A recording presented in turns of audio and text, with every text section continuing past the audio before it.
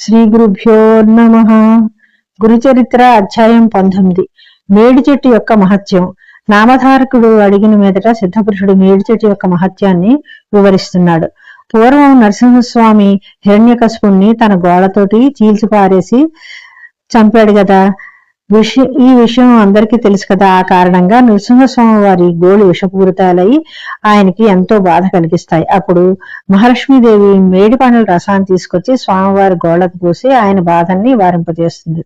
అందుకుగాని శ్రీ నరసింహ సరస్వతి వారు మేడి చెట్టును ఈ విధంగా అనుగ్రహిస్తారు. మేడి చెట్టును ఎవరైతే పూజిస్తారో వాళ్ళకి సర్వ కోరికలు నెరవేరుతాయి. సంతానం లేని వాళ్ళకి సంతానం కలుగుతుంది. లక్ష్మీ సమేతుడైన స్వామివారే ఈ వృక్షంలో నివసిస్తూ భక్తులను ఉద్ధరిస్తాడు అంటారు. అందువలన శ్రీ గురువులకి ఈ వృక్షం అంటే ఎంతో ఇష్టం. వారు ఈ వృక్షం ముందే నివసిస్తూ ఉంటారు. ఈ విధంగా గురువు మేడి చెట్టుని ఆశ్రయించి ఉండగా అమరేశ్వరం నుండి 64 మంది యోగినులు రోజు వచ్చి స్వామివారికి నమస్కరించి వారికి సేవ చేసుకుంటూ షోడశోపచారాలతో స్వామివారికి పాద పూజ చేస్తూ ధ్యానిస్తూ ఉండేవాళ్ళు. చెట్టు కింద కూర్చోవటం చూసి ప్రజలు స్వామివారి భిక్ష కోసం ఎప్పుడు గ్రామంలో తిరుగుతున్నారన్న అనుమానం వాళ్ళకి కలుగుతుంది. కొంతమంది స్వామివారిని మధ్యాహ్నం సమయంలో పరీక్షించాలని దాక్కుంటారు. అటువంటి వారిని శ్రీ గురువు తన మాయతోటి బెదరగొట్టి పంపించేస్తారు. కానీ గంగానదుడు అనేటువంటి అతని పూర్వజన్మ సుకృత ఫలితం వల్ల శ్రీ గురువులు యోగిని గణాలతో కలిసి వెళ్ళటం చూస్తాడు. ఆ రోజు ఊరికరు మన్నాడు స్వామివారి యోగిని గణాలతో వెళ్ళేటప్పుడు ఆయన అనుసరిస్తాడు. యోగిని గణాలు శ్రీ గురువుని రత్నాల చేత పొదగబడిన గోడలను గరుడ పచ్చల చేత పొదగబడిన గోపురాన్ని కలిగిన దివ్య మందిరంలోనికి తీసుకెళ్తారు.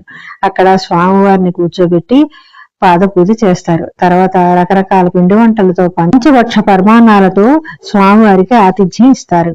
గంగానదుడు తనను అనుసరించినటువంటి విషయం యోగిని గణాలకి తెలియదు కానీ శ్రీ గురువులకు మాత్రం తెలుస్తుంది. ఎందుకంటే ఆయన సర్వాంతర్యామి కదా.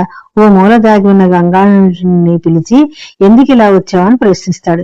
స్వామివారి పిలుపుతో ఉలిక్కిపడిన గంగానదుడు ఆయన పాదాలపై పడి మహాత్ములైన వారిని చూడాలనే కోరికతోటి వచ్చానని చెప్తాడు. తీరా ఇక్కడికి వచ్చాక మిమ్మల్ని చూశాక మీరు త్రిమూర్తి స్వరూపులని తెలుసుకున్నాను అని చెప్తాడు.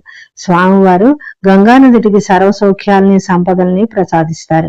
అయితే ఈ విషయాన్ని రహస్యంగా ఉంచమంటాడు. గంగానదుడి గురుభక్తికి ఆయన అలా అనుగ్రహించారు. శరణన్న వారిని రక్షించకపోవటం, కోరిన వరాలకు తీర్చకపోవటం శ్రీ గురువులకి తెలియదు కనుక మరైతే అటువంటి కరుణా సముద్రుడు దీనదయాళుడైన శ్రీ గురువులకు మనం ఏం చేయగలుగుతున్నాము? గంగానదుడు సర్వసౌఖ్యాలు అనుభవిస్తూ భార్యతో కలిసి రోజు వచ్చి స్వామివారికి సేవ చేసుకుంటూ ఉన్నాడు. ఒకరోజు గంగానదుడు స్వామివారి పాదాలపై పడి ఈ విధంగా అంటాడు. స్వామి, మాఘమాసంలో మామూలు నదిలో స్నానం చేస్తేనే ఎంతో పుణ్యం వస్తుందంటారు కదా. అటువంటిది గంగా నదిలో స్నానం చేసి కాశీ విశ్వనాథుడిని సేవిస్తే ఇంకెంత ఫలితం వస్తుందో కదా అంటాడు. అతడి మాటలు విన్న శ్రీ గురువులు ఈ విధంగా అంటారు.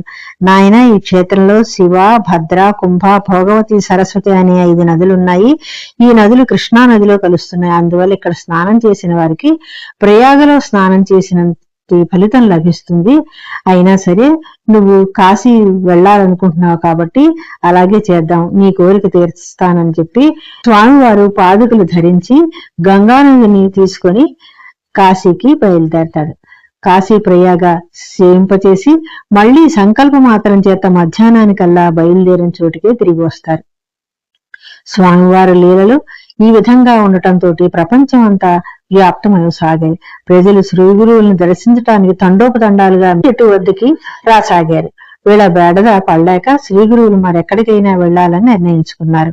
గురువుల నిర్ణయాన్ని తెలుసుకున్న యోగిని గణాలు ఆయన వద్దకు వచ్చి తామేదైనా స్వామివారి పట్ల అపరాధం చేయటం వల్ల ఇలా నిర్ణయం తీసుకున్నారా, లేకపోతే ఏదైనా వారి పట్ల అపరాధాన్ని చేశామా అని చెప్పేసి అనుకొని మమ్మల్ని ఇలా చేసినట్లయితే మమ్మల్ని దండించాలని, ఇలా మమ్మల్ని వదిలి వెళ్ళిపోవటం మంచిది కాదని వాళ్ళు ప్రాధేయపడతారు. వారి మాటలు విన్న శ్రీగురులు తాను పోయేది ఎక్కడికి లేనిదని, సర్వత్రా తను వ్యాపించి ఉన్నానని చెప్పి అన్నపూర్ణాదేవిని మేడి చెట్ల యందు వసింపచేయగలనని, అదే విధంగా యోగిని గణాలని ఆ వృక్షం అంది వసించమని స్వామివారు ఆదేశిస్తారు. శ్రీ గురువులు యోగిని గణాలకు భక్తులు మనోభీష్టాలు నెరవేర్చగలిగే శక్తిని ప్రసాదిస్తారు. ఎవరైతే యోగిని గణాన్ని, మేడి చెట్టుని, పాదుకల్ని అర్చిస్తారో వారికి సర్వాభీష్టాలు నెరవేరుతాయి. తాను కూడా గుప్తంగా మేడి చెట్టులోని వసించగలనని చెబుతారు. పాపనాశన తీర్థంలో కాని, కామి తీర్థంలో కాని, తీర్థంలో కాని స్నానం చేసి ఎవరైతే 7 సార్లు యోగిని గణాలను అభిషేకిస్తారో అటువంటి వారు దీర్ఘాయుష్మంతులవుతారు. ఎవరైతే ఈ క్షేత్రంలో మంత్రజపం చేస్తారో వారికి మంత్రసిద్ధి కలుగుతుంది. ఈ మేడి చెట్టు చుట్టూ కనుక అనారోగ్యంగా ఉన్నవాళ్ళు ప్రదక్షిణలు చేస్తే ఆరోగ్యం సమకూరుతుంది. ఈ స్థలం అంత మహిమను కలిగి ఉండటం వల్లనే తాను ఇంత ఎక్కువ కాలం ఇక్కడ తపస్సు చేసుకున్నానని శ్రీ గురువులు యోగిని గణాలకి చెప్తారు. సాక్షాత్తు దత్తాత్రేయ స్వామి వారి అవతారమైనటువంటి శ్రీ గురువులే అంతకాలం మేడి చెట్టు కింద తపస్సు చేయటం వలన ఆ మేడి చెట్టు శ్రీ గురువుల వారి భక్తుల కోరికలను తీర్చడంలో కల్పవృక్షాన్ని మించిపోయింది. తర్వాత శ్రీ గురువులు అక్కడ అదృశ్యమై భీమ అమరజా నదీ సంగమ స్థలమైనటువంటి గణగాపురాన్ని చేరుకుంటారు. యోగిని గణాలు శ్రీ గురువుల ఆదేశ ప్రకారం మేడి చెట్టుని ఆశ్రయిస్తాయి. 19వ అధ్యాయం సమాప్తం.